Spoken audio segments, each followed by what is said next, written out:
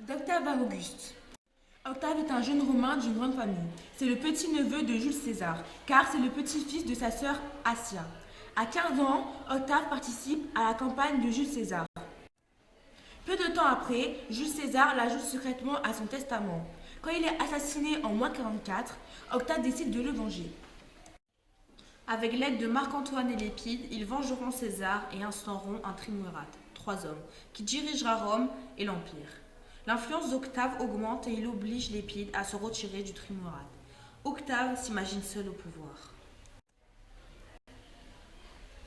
Octave déclare une guerre civile à Marc-Antoine et Cléopâtre.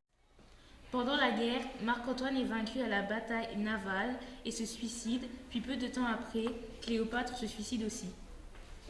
Octave se retrouve alors seul maître du monde romain.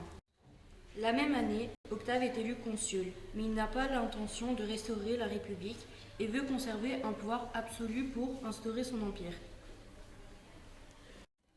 En moins 27, date très importante dans l'histoire romaine, Octave reçoit du Sénat le titre d'Auguste, vénérable, c'est-à-dire que c'est là que commence officiellement l'Empire. Ce qui le met au-dessus de l'État.